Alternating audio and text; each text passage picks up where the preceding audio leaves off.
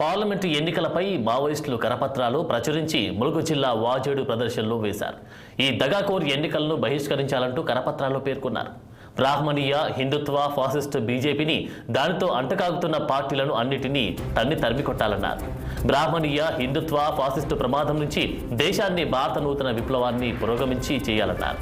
ఇక ప్రజల విప్లవ రాజకీయాన్ని స్థాపించండి, హిందుత్వమయం చేసి అశాస్త్రీయ, అహేతుక, అవివేకం, వెనుకబాటుతనానికి తీసుకెళ్తున్న నూతన విద్యా విధానాన్ని రద్దు చేయాలన్నారు. శాస్త్రీయ విద్యా విధానాన్ని అమలు చేయాలని కరపత్రంలో పొందుపరచడం జరిగింది. సమాచారం తెలుసుకున్న పోలీసులు వెంటనే ప్రజల కంటపడకుండా ముందస్తుగానే తొలగించారు. పార్లమెంటు ఎన్నికల వేళ మావోయిస్టు కరపత్రాలు కలకలం రేపడంతో ఏజెన్సీ ప్రాంతాల్లో భయానక వాతావరణం ఏర్పడింది. ఒకవైపు గత నెల రోజులుగా పోలీసులు ముమ్మర తనిఖీలు చేపట్టారు. మరోవైపు మావోయిస్టు కరపత్రాలు వెలువడంతో ఏ క్షణం ఏం జరుగుతుందనని ఏజెన్సీ ప్రాంత వాసులు భయాందోళనకు గురవుతున్నారు.